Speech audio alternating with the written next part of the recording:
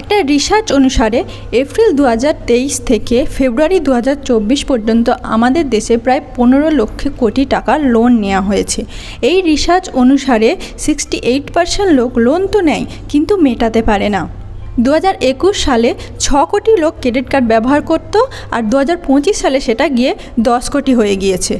Loan নেওয়া আজকাল আমাদের দেশে একটা ফ্যাশন হয়ে উঠেছে। Home loan, car loan, education loan, এমনকি পার্সোনাল লোন, কত রকমের লোন রয়েছে। আপনি শুধু আপনার প্রয়োজন বলুন আর সেই অনুযায়ী আপনি একটা লোন পেয়ে যাবেন।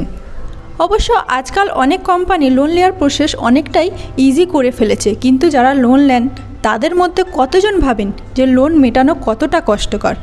একটা মিডল ক্লাস ফ্যামিলির ইনকাম এমনিতেই আলাদা আলাদা দরকারে ভাগ করা থাকে, তার উপর লোন শোধ করা খুবই কঠিন। শুধু মিডল ক্লাস নয়, কখনো যিনি ভারতের 6 নম্বর ধনী ছিলেন অথবা কোনো অ্যাক্টর, তারাও কিন্তু কোটি কোটি টাকা লোন নিয়ে সমস্যায় পড়েছিলেন, কিন্তু তাদের কাছে ব্যাকআপ প্ল্যান ছিল, সাপোর্ট ছিল, তাই তারা বেঁচে গিয়েছিলেন। কিন্তু আপনি বাঁচবেন কিভাবে? লোন নেওয়ার পর লোকেরা তাদের স্যালারির অপেক্ষা করতে থাকে যে কবে 1 তারিখ আসবে, আমি স্যালারি পাবো আর লোনের ইএমআই শোধ করতে পারো। আচ্ছা ভাবুন তো, যদি আপনি স্যালারি না পান, আপনার চাকরিটাই চলে যায়, তখন আপনার ফাইন বাড়বে, ইন্টারেস্ট আরও বাড়বে। আর এই জন্যই অনেক লোকেরা ডেট ট্র্যাপে ফেঁসে যায়। তাই লোন ভেবে চিনতে নিন।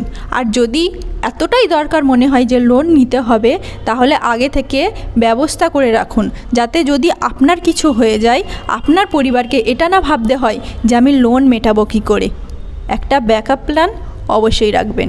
আপনিও কি লোন নিয়েছেন, নাকি নেবে ভাবছেন, নাকি এমন সমস্যায় আপনিও ফেঁসে গিয়েছেন? কমেন্টে অবশ্যই জানাবেন।